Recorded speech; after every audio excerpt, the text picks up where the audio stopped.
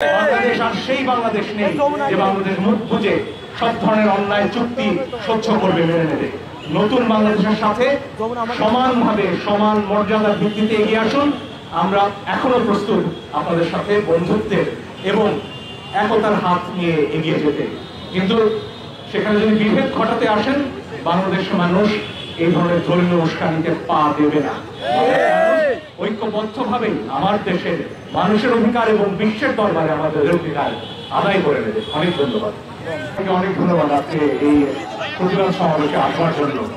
দেবাশিস চক্রবর্তীর কার্টুন যেমন প্রতিদিন আমাদেরকে উদ্বেলিত করেছিল, শক্তি দিয়েছিল, তেমনি ছোট্ট রিয়া গোপের বুকের তাজা রক্ত আমাদের আজকে এই স্বাধীনতার জন্য অনেক অনেক অবদান রেখেছে। সেদিন কিন্তু আমরা কেউ ভাবিনি তাদের ধর্মীয় পরিচয় কি।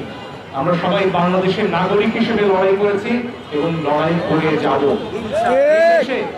হিন্দু, মুসলমান, বৌদ্ধ, খ্রিস্টান আমরা সবাই বাংলাদেশের নাগরিক হিসেবে বাঁচতে চেয়েছি। পতিত স্বৈরাচার শেখ হাসিনা আর তার প্রতিপালক নরেন্দ্র মোদী সেটা চাননি। তার বিরুদ্ধে আমরা লড়াই করে আজকে মুক্ত হয়েছি এবং আমাদের এই স্বাধীনতা আমরা বজায় রাখবো। আন্তর্জাতিকভাবে ভিয়েনা কনভেনশন বলে একটা বিষয় আছে, দিল্লি যেন সেটা ভুলে না যায়। আমাদের দূতাবাসে যা হয়েছে সেটা যে কোনো আন্তর্জাতিক আইনে চরম লঙ্ঘন।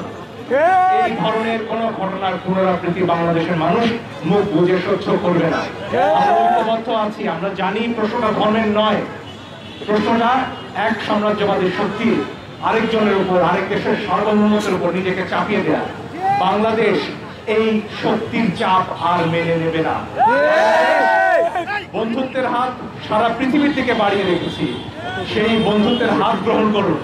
কিছু চাপিয়ে দিতে আমাদের উপর আর আসবেন না দয়া করে।